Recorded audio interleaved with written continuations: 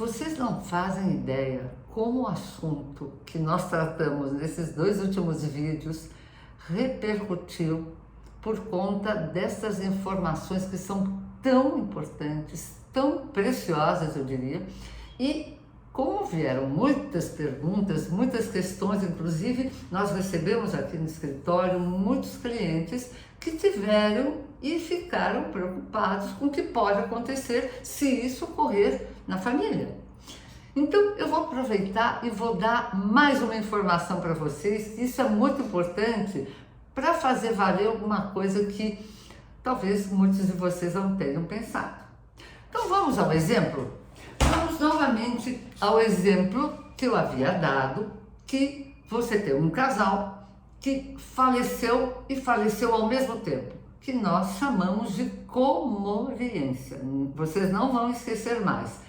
Quando há o falecimento de familiares conjuntos e não se consegue saber quem faleceu primeiro, existe, portanto, a comoriência e isso significa que nenhum vai ter a herança do outro. Nós dizemos que nenhum deles não sucede ao outro. E, portanto, o que vai acontecer?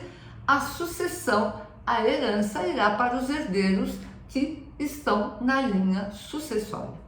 Agora, dentro desse exemplo, eu vou aproveitar um caso que veio no escritório.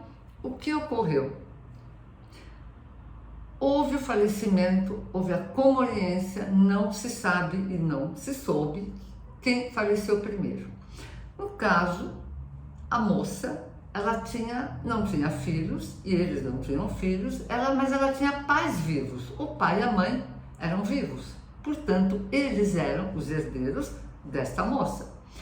Compensação, o rapaz que faleceu, ele não tinha filhos também, os pais já eram falecidos, mas ele tinha 5 irmãos. A pergunta que nos foi feita aqui no escritório é a seguinte: mas doutora, como se faz? Na verdade, o rapaz, não queria deixar nada para os irmãos, porque eles não se davam bem. Ele e os 5 irmãos nunca se deram bem e ele não queria deixar nada para os irmãos. Por quê? Eu tive que dizer a essa cliente que, no caso, os irmãos deste rapaz que faleceu seriam os únicos herdeiros. E era alguma coisa que ele não desejava. E aí vem a grande questão. Se este rapaz tivesse feito um testamento e, portanto, deixado ou para a esposa, mesmo ela tendo falecido, evidentemente, tudo aquilo que ele teria deixado a ela não teria mais sentido, claramente, mas no testamento ele poderia dizer que não deixa nada, por exemplo, para os irmãos, ou pode deixar, privilegiar um irmão, uma irmã, mas ele poderia ter feito aquilo que disseram que ele gostaria de ter feito, deixar para uma tia, para 2 sobrinhos de quem eles gostavam muito e até para uma entidade com fins filantrópicos. Esse era o desejo dele. Entretanto, esse desejo não pôde acontecer porque ele não fez testamento, era uma pessoa jovem até, tinha 40 e poucos anos, não se preocupou, as pessoas, inclusive nessa idade, parece que não se preocupam com isso, mas eu diria que tudo é preocupante. Você não sabe o que será o dia de amanhã.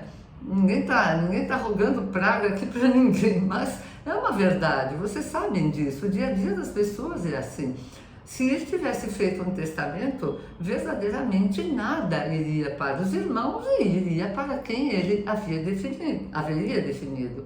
Neste caso, a herança irá para os 5 irmãos de quem ele realmente não se dava bem e, lamentavelmente, a vontade dele por conta de não ter um testamento não aconteceu.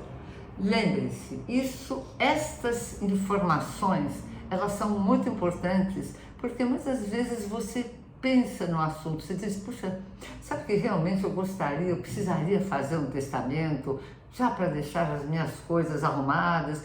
E lembre-se, independente da idade, a partir dos 16 anos, até os 100 ou mais, você pode fazer um testamento. E se você tiver que fazer alguma alteração, a qualquer momento você pode fazer. O testamento ele não engessa o seu patrimônio, mas simplesmente ele vai respeitar a sua vontade.